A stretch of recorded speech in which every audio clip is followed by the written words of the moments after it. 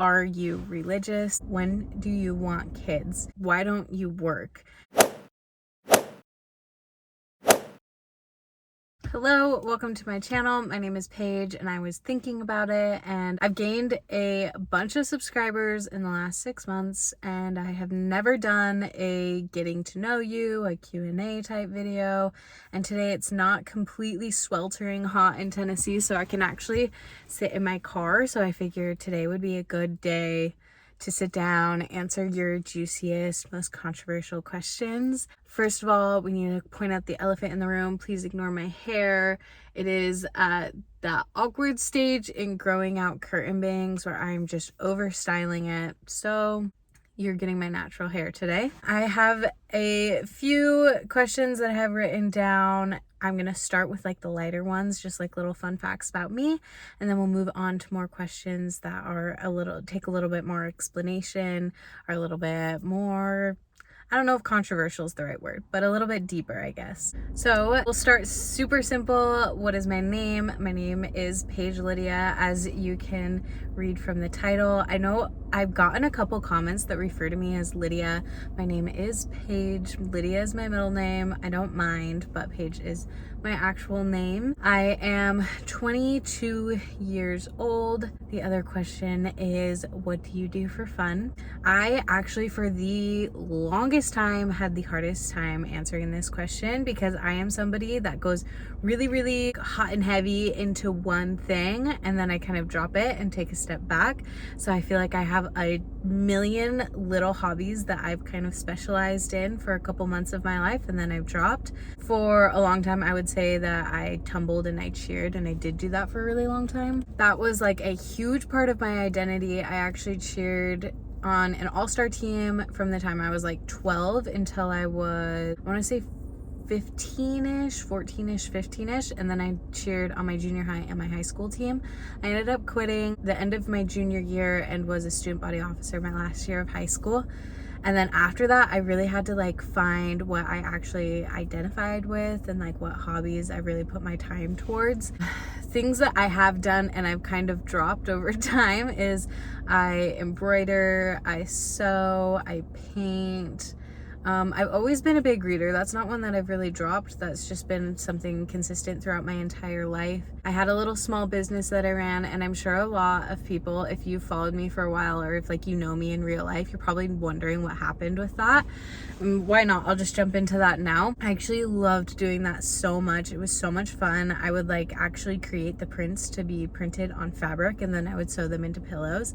And I would love to get back into it. Just right now we move around so much, it doesn't really make sense for me to pull out my sewing machine and ship it across the country just for it to be shipped back in a couple months, and we move from apartment to apartment. It just gets really chaotic and hard to keep inventory on things that I'm selling. So I've decided to put that on the back burner until I get a house, so that I can actually really dedicate time and sit down and like have a space for it.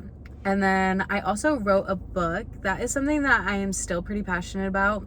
I had a really hard time last summer, and so I've taken a step back from that because writing a book and trying to get it published comes with a lot of rejection. But I will come back to that in the future. Some hobbies that I have stayed pretty consistent with for a few years. I love skiing. I wouldn't say I'm like the biggest skier ever, but I do try to go 1 to 2 times a week during the whole ski season, and my life kind of does revolve around that in the winter. So I love skiing. Another one, I love working out. Like I said, I cheered for a lot of time, so when I quit cheer, I really had to find myself in other ways and find other ways to stay active, and like going to the gym became a really big thing for me. So that's something I do a lot of, and I have made some videos about, so I probably will continue to post content about that. Those are pretty much my hobbies. I don't know if I'm really into much more. The next question is, where do you live? So we call Utah home base, and we live there for about 8 months of the year. This year's a little bit different, but usually it's around 8 months. And then the rest of the year, we live in a different place every single year.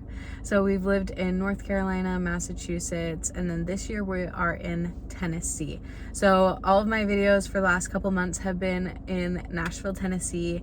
And then we are actually moving to Memphis in a couple weeks. And then at the end of August, we'll move back to Utah. And then we also spend a ton of time in California. That's where my husband's family is from. So you'll see us kind of bump around the entire United States, and we love traveling. So we are always up and about. We really don't stay in one place, at least for now. Someday I want to settle down and get a house and have a life in one place, but right now that's just not the case. And it's a really fun life. It's very nomadic, where I have a home base, but I really don't call anything home right now. It's cool to see so many different places and experience a lot of different cultures around the US that a lot of people don't ever get to experience in their life. And now I can say I've lived in the South, I've lived in the Northeast, I've lived in the West. Like, it's really cool to be able to say that I've experienced so much. The next question is, how long have you been married? And I get this question a lot because I am really young. And so obviously people think it's weird that I'm married. As I've gotten older, I've gotten the question a little bit less, which is very nice. Like I said, I am 22 and I will have been married for 3 years at the end of this summer, which means I got married when I was 19, engaged when I was 18, and it's definitely not for everyone. And I did receive a ton of judgment for making that choice, but it has been the most beautiful experience and I really haven't regretted it for a second. Noah is my person, and I've known that from the get-go. Our relationship was always just so easy, and like, there's never really been a question of if I should spend the rest of my life with this guy. So yeah, things just happened and flowed along, and here I am, married for 3 years, and I'm happy. And I look back at who I was when I got engaged and I feel like I was a different person, but it's been amazing because Noah and I have really grown together over the time that we've been growing up. We've been able to grow up together, have these amazing experiences. People think that once you get married, you miss out on a lot of the experiences that you would have had when you were young.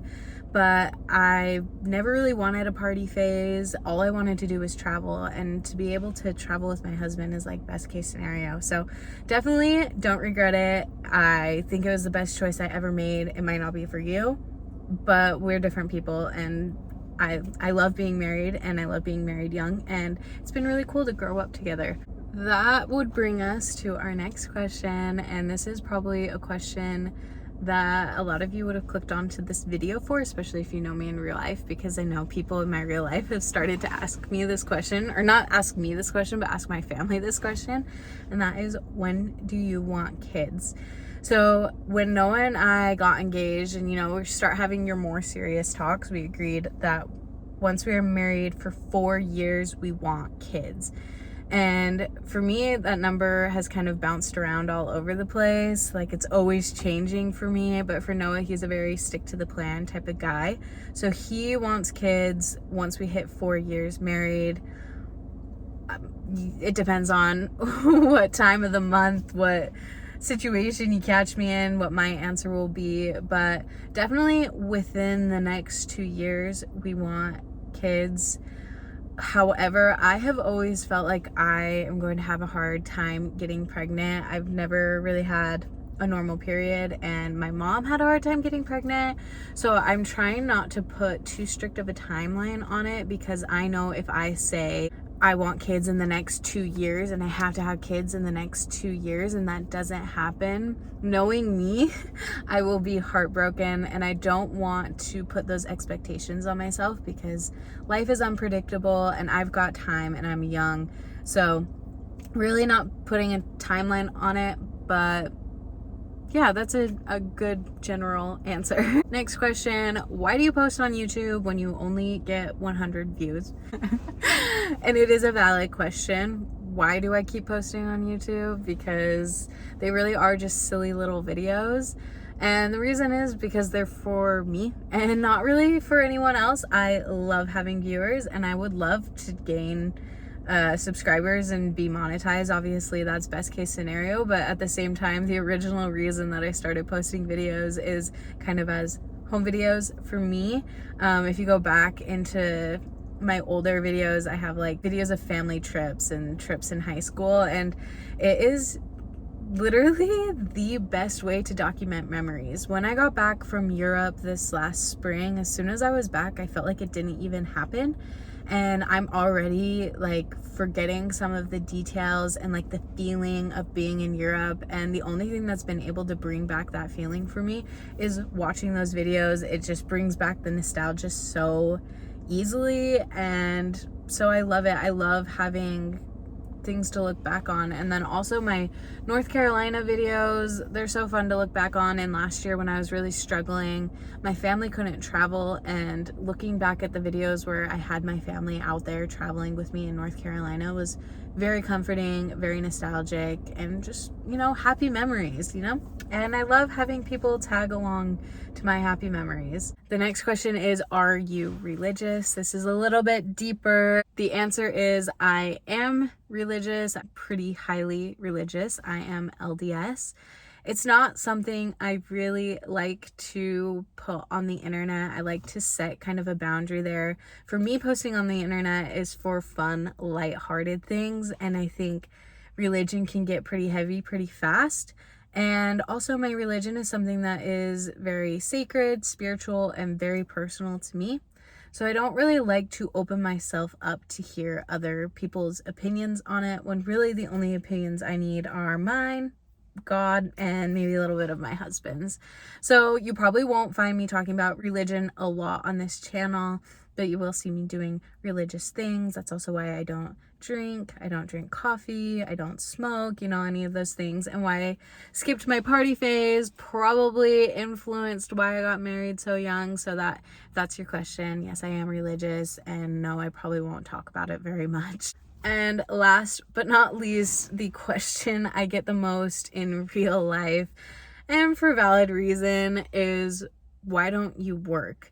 And yeah, I get it. I would probably be asking the same question if I were in any other position. I'm a 22-year-old girl, and I don't have a job and haven't had a job for a second. It really was never planned. It just kind of happened. So let's rewind back to high school, and I'll tell you the whole backstory. I was literally like the perfect student, like major perfectionist. I almost had a 4.0. I did all the AP and CE classes. I was student body officer.